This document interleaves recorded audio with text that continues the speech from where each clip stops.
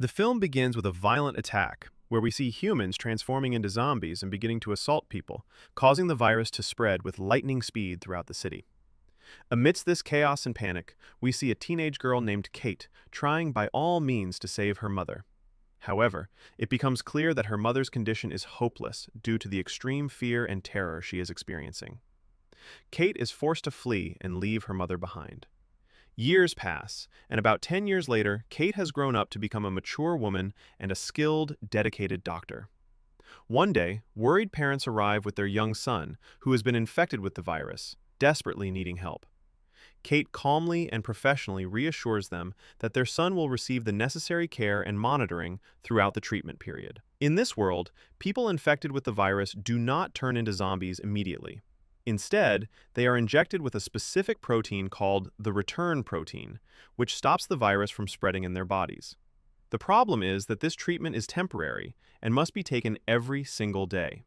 If even one dose is missed, the virus reactivates, and the person transforms into a full zombie within 24 hours.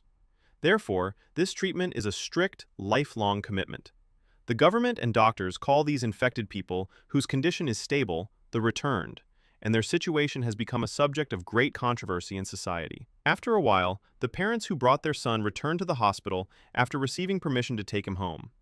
Kate gives them clear and strict instructions that they must continue giving him the daily injections without fail, as this is the only way to keep their son safe and prevent his transformation until scientists find a permanent cure. This protein is their only hope. At the same time, we are introduced to Alex, Kate's husband, who works as a music teacher. One day in class, a student makes a silly joke mocking someone infected with the virus. Alex, who is himself one of the returned, is deeply annoyed and affected by this. He hides the truth of his illness from everyone except Kate and a small group of doctors who help him with his treatment. To ensure Alex never misses a dose, Kate secretly buys and stockpiles extra injections of the protein, even though laws limit the amount that can be legally dispensed. She knows that the protein is extracted from the spinal fluid of dead zombies, a substance that is very difficult to obtain.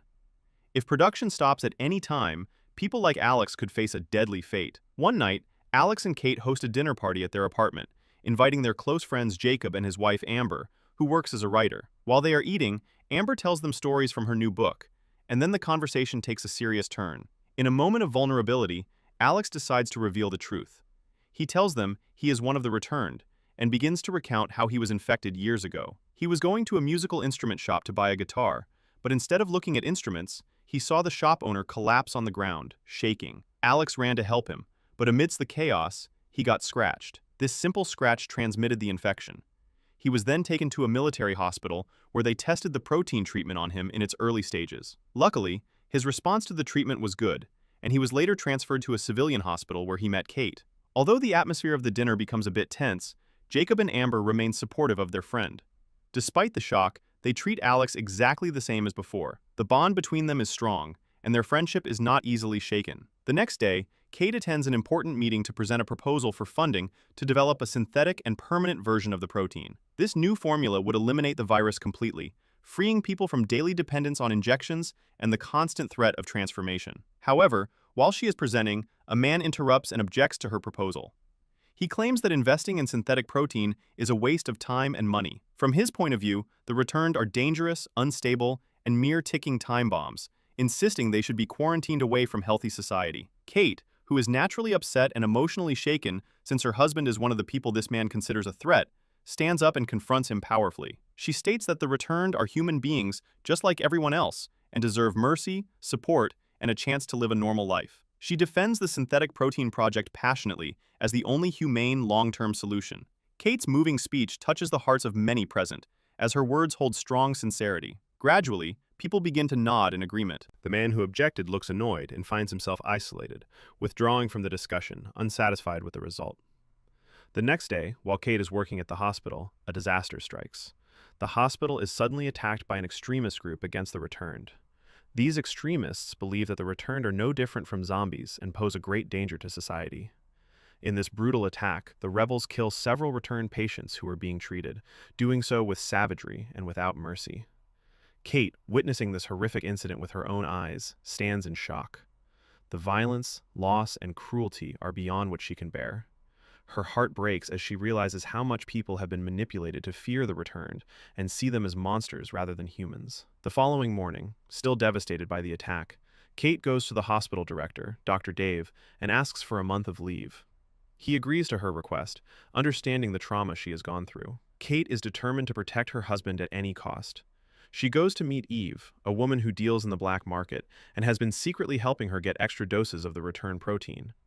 However, Eve tells her that the supply has become very scarce after the recent attack, and she doesn't have much left. Kate desperately begs her to gather as much as possible, stating she is ready to pay any price as it is a matter of life or death. Although Eve doesn't know who the protein is for, she senses the danger in Kate's voice and agrees to help, looking genuinely concerned for Kate's safety. Before leaving, Eve warns her that she heard rumors that the same group that attacked the hospital is now targeting the return themselves using patient lists stolen during the attack.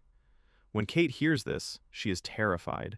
If these attackers have the records of everyone treated at the hospital, it is only a matter of time before they find Alex's name and location. Her fears are confirmed when she returns home to find Alex being attacked by a stranger, one of the extremists who clearly has confidential information about the patients. After they get rid of the attacker and dump his body in a remote place, they understand that any trace of him could bring other attackers to them. Realizing they are no longer safe, Kate and Alex decide to flee. They pack their belongings and start putting their limited stock of protein into an icebox. As soon as they finish their preparations, the doorbell rings. It turns out to be Jacob and Amber, their close friends, coming to check on them and offer help. They suggest that Kate and Alex come to hide at their house. However, Kate and Alex politely refuse, not wanting to involve their friends in this danger or make them targets for the extremists. Instead, they decide to stay in a small hotel temporarily. A few days later, while they are quietly having dinner at a restaurant, Kate and Alex are surprised by Jacob and Amber showing up again. The friends insist they are worried about their safety. Jacob explains that coordinated attacks have happened in many places in the city, including other hospitals, and that the situation is deteriorating rapidly, with the returned being hunted down. He begs them to reconsider and come stay at their house, which is much safer. With no other options and the danger increasing, Kate and Alex agree. After staying there for a day, Kate begins to feel lucky to have such loyal friends. One night, while sitting together, she tells them that she will meet Eve the next day to get 60 doses of protein, after which they plan to leave the area completely. She explains she doesn't want to expose them to any more danger, as they have helped enough. The next morning, Kate goes to Eve's location, but what she sees terrifies her. Eve has been murdered, and the crime scene clearly indicates another attack by the rebels. While examining the place quickly, Kate finds something small on the floor, a broken fingernail. To her shock, she recognizes it as Amber's nail. This truth causes her to break down. She calls Alex immediately and tells him to look in the protein icebox. Unfortunately, the entire supply has disappeared. Their worst fears have come true. Jacob and Amber betrayed them and stole the protein supply. Alex collapses, knowing his entire life depends on these daily injections, which are now gone. This betrayal is not just cruel, it could be fatal. On the other side, we see Jacob and Amber opening the icebox in their hideout. It is revealed that Amber herself is one of the returned. She stole the protein to secure herself, meaning their stance as supportive friends was nothing but a calculated plan for her to preserve her own life. We return to the house to find Kate more determined than ever, refusing to let Alex die. With time running out fast, she decides to go out and look for any final source where she might find protein. At this time, Alex is still in the apartment when he receives a call from Jacob. On the other end, Jacob is breaking down in tears and apologizing. He tries to justify what he did, saying he couldn't bear the thought of losing his wife Amber, who is also one of the returned. Despite his anger and pain, Alex still begs his friend, asking him to return even a few injections just to get him through a few more days, saying he isn't ready to leave Kate like this.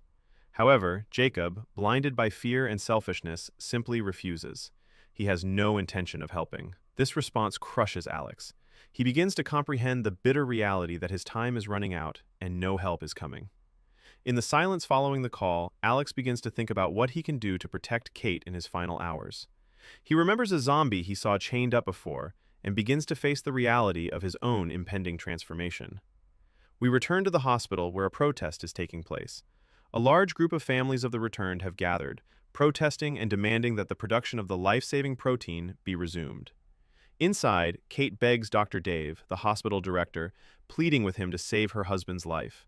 At first, Dave hesitates, but eventually his humanity prevails. Dave takes Kate to a secret storage room inside the hospital, a place very few know about. There, he shows her a stockpiled amount of protein injections. He tells her this isn't a permanent solution, but it is enough to keep Alex alive until the new synthetic formula is approved and available to everyone. Kate thanks him from the bottom of her heart with immense joy. With the protein in hand, she calls Alex immediately to give him the good news. Alex feels a huge relief upon hearing this. However, what they don't know is that someone overheard their call. This person, who is already unstable, begins to act crazily and attacks Kate to take the protein. He actually takes it and runs.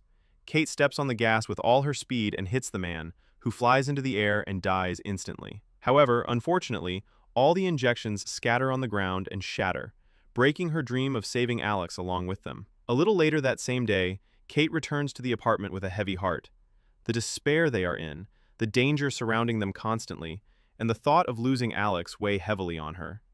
She finds Alex looking much weaker and tells him everything. They hug each other tightly, both understanding that the situation is slipping from their hands. At the same time, Alex's condition worsens, his body collapses, and the virus begins to win. He looks at Kate and tells her he doesn't want to turn into something bad. He doesn't want to be a monster. Kate listens, her eyes full of tears. She doesn't want to leave him, but deep down she understands. In the end, Kate fulfills his final wish. As much as it breaks her, she lets him go in peace before the virus takes control completely. The pain is unbearable. After this tragedy, Kate, with a burnt and broken heart, leaves the apartment. As soon as she steps out, she finds Dr. Dave coming towards her, looking excited. He tells her he was trying to reach her, but she wasn't answering. She is in a state of daze and silence, just looking at him. Here, Dave gives her news that turns her life upside down. Just a few hours ago, the government officially announced that the synthetic version of the protein has been successfully completed. This new formula is permanent and can cure the virus completely. When Kate hears this, she is shocked. Her mind spins with disbelief, pain, and regret. In the very moment a real cure exists, it is too late for Alex. She collapses crying, devastated by the loss from which there is no return. The timing couldn't have been crueler. Months pass, and Kate is now living alone as a widow. She bought the house she and Alex had dreamed of. Although her life has changed forever, a part of him still lives with her. She is pregnant with his son. In the final scenes, we see Kate sitting in her office quietly working on something. She is gathering information, reviewing files, and preparing for something specific. It becomes very clear that she hasn't forgotten the betrayal. She is tracking Jacob and Amber, and her eyes hold determination and quiet resolve. Whatever is coming, she is no longer just sad. She is planning. With this, the film ends.